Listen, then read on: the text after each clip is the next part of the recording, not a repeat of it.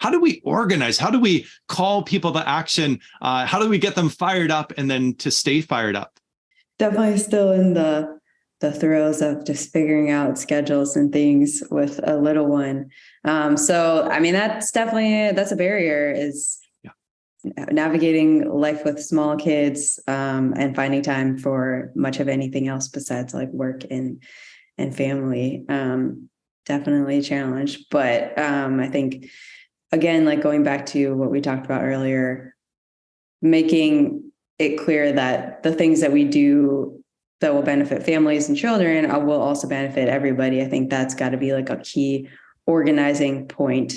You know, when people make the case about funding for schools and things, sometimes it doesn't click for everyone because they're like, well, I don't have kids. But I hope that if we're talking about, improving parks or making this intersection easier to cross, that we can all see how we would benefit from those things. So I don't have any amazing organizing experience or advice yet. I don't know, Norm, you're more of an organizer than me.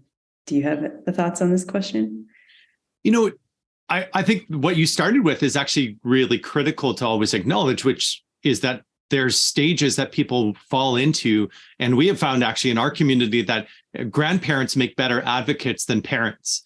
And it's a consequence of seeing the world almost with fresh eyes, where for one, there's a bit of nostalgia that says, well, my upbringing wasn't like this. I see my kids carting my grandkids around in the car all the time. And, I'd never had to do that for them. And so there's a perception that there's been a cultural shift, but also a landscape shift. And I think sometimes that can be a way by addressing, I think we could probably write more on this even within the Strong Towns context, is by addressing what parents and children in particular face, that we actually engage another audience, a generation up that is very aware of what Sharon's talking about in terms of mental health, very aware of these barricades, but perhaps have a bit of additional time as well as some savvy to try to engage locally. The challenge is that, everybody's too busy to fix the problems that are making us so busy and frantic and harried. And we're kind of backing ourselves into situations where we don't yet have kind of a critical mass in our community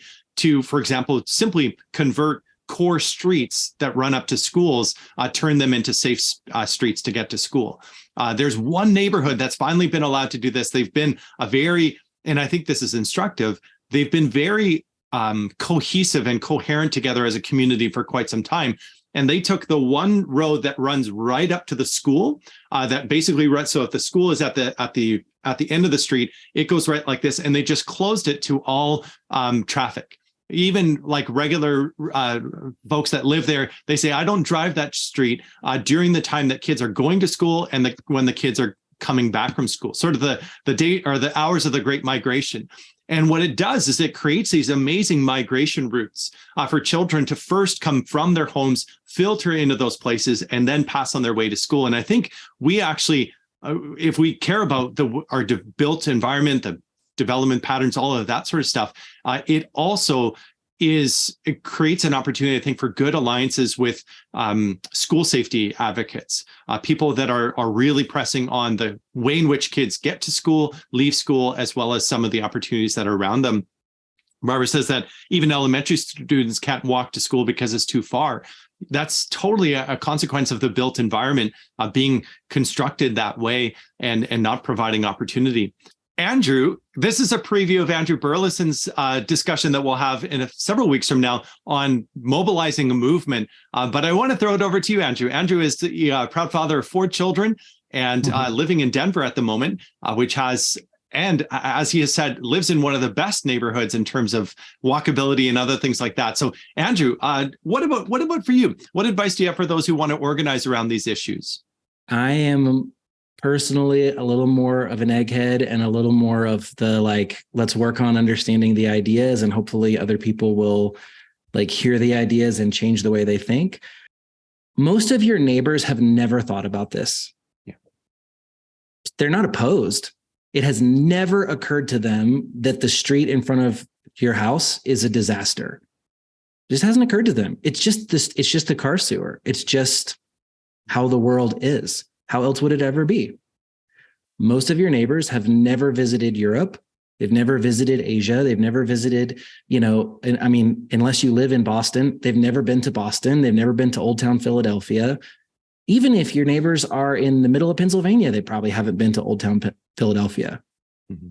So the fact that you're interested in this stuff is very unusual. And but these things are not hard to understand. They just haven't thought about it. So to me, I think like to the extent that I organize people as a Strong Towns board member, my personal way of organizing is to convince people to join Strong Towns. So what I do a lot is just talk to people about, hey, this street's really dangerous. And like, it's really frustrating and unsafe for my kids to cross here. The other thing is, I tell a lot of people that we're losing money on stuff and they go, what? Mm-hmm. And then you can have a really good conversation around like, yeah, did you know that all these projects are like hugely in debt and not making any, they don't make any ROI and blah, blah, blah. And that all this development out here is like really heavily subsidized. And people are like, holy cow, I've never thought of any of that. And then what will happen is a lot of them are kind of like, that's great, but did you catch the score of the Broncos game? Right. That's fine. Like, let them not care. You don't have to like force it. Right. But a lot of people will be interested and engage. And if you can just kind of have a running dialogue with your neighbors, like they will start to get interested in stuff. Like, I feel like I've learned this the hard way. You can't have that be the only thing you ever talk with your neighbors about, or you're that annoying guy who lives next door and won't shut up about bike lanes or whatever. Right. Like, but you just build friendships. And I think like the single easiest and best thing you could do is have as a personal goal to like know your neighbors for like 3 or 4 houses in each directions and just like be invested in their lives and how they're doing as people. And like occasionally mention some of the things that interest you about towns and what's going on in the city. And then what will happen is like from time to time, something will come up, a ballot initiative, a neighborhood project or whatever, where you look at it and are like, whoa, we really need this to go this way instead of that way, right? And at that moment, you're able to say to your neighbors, hey, I don't know if you've heard about this thing, but like, I think it's really important that this thing goes this way for this reason. And, it would mean a lot to me if that would be something you'd support, or, let me know if you have any questions or if you feel comfortable with that. I'm trying to raise support for this because I think it's really important. And at that point, you've planted the seeds and your neighbors are very likely to kind of join you as advocates for that particular thing that actually affects them. You're probably not going to get them to be very worried about like federal transportation budgets or something. And like, they don't need to. And like, you maybe don't need to either, honestly. Like just your worrying about your own neighborhood is probably enough. So it's already going to be a brutal lifelong fight to just make your own neighborhood a little better. So, but yeah, that's how I would think about it. It's just like, try to build authentic relationship with your neighbors. That's the most important thing you can do to build a strong town. And as part of that, sharing your interests will naturally give the people who you talk to the chance to think about things they've never thought of before. And some of them over time will naturally become co-advocates along with you. And hopefully they'll reciprocate the behavior you modeled. And over time, your whole neighborhood and community will all become a lot more mobilized for these things. Mm-hmm.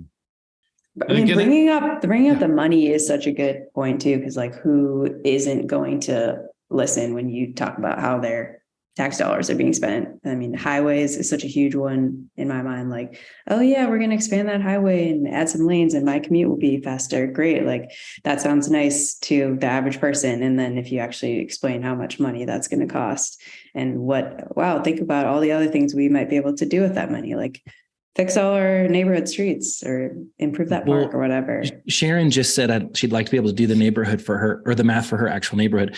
Mm-hmm. You don't have to do an urban 3 analysis. I Googled in a few minutes the other day. I'm from Austin, and they're proposing this expansion of I-35, and it's like 4 miles of freeway, and the cost is estimated to be $8 million. Now we all know that's a lie. It'll probably be more like 15 to 20 million by the time the dust has settled. But let's just go with, I might have said billion with a B. So let's just say 8 billion, and let's take it at face value. I then Googled like, what was the cost of building the most recent high school in Austin, and how many schools are there in Austin School District? And long story short, you could tear down and rebuild every school in the entire city of Austin for the cost of this 4 miles of freeway. And if you tell your neighbor that, they're like, astounded. They just cannot imagine that we would spend that much money on something. And they're like, wait a minute, I don't understand. Yeah, roads are so expensive. People have no idea.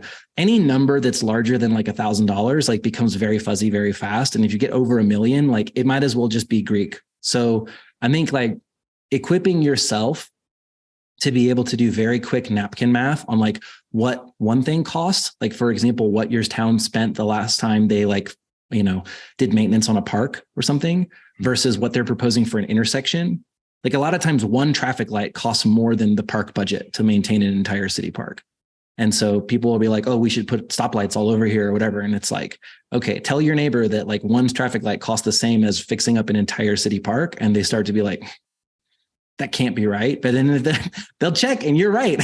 And then now they're really listening to what you have to say on these topics. So anyway, that's not the do the math that we often sort of like promote when we're trying to like talk to city planners and city officials. But if you're trying to talk to your neighbors, do the math of like this thing costs the same as that thing is like much simpler and easier. And I think personally like more rhetorically effective.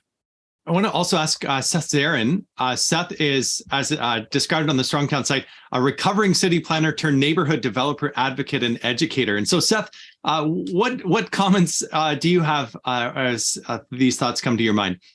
Well, I also have little kids, which has changed my relationship to both my, planning and my development work. And I'm a neighborhood developer. I do small and mid-sized commercial and residential development projects in the neighborhood that I live and work in. And so that part's great, but and it's nice to be able to sort of share that kind of work with your kids so they can see that the city isn't just built by someone else somewhere over there, that it's an active human process that takes people to do it.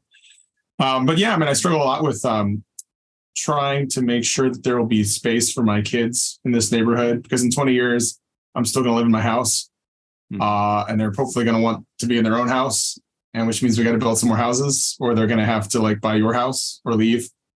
And so that's really put a sharper edge on a lot of my own work. It's a little bit of that grandparent problem. I definitely feel the grandparent thing though, because my like capacity for advocacy work is like nosedived. It's getting a little bit better as the kids get a little older, but yeah, at the end of the day, I find it very effective to talk to people about housing in the context of you would like to live near your grandchildren.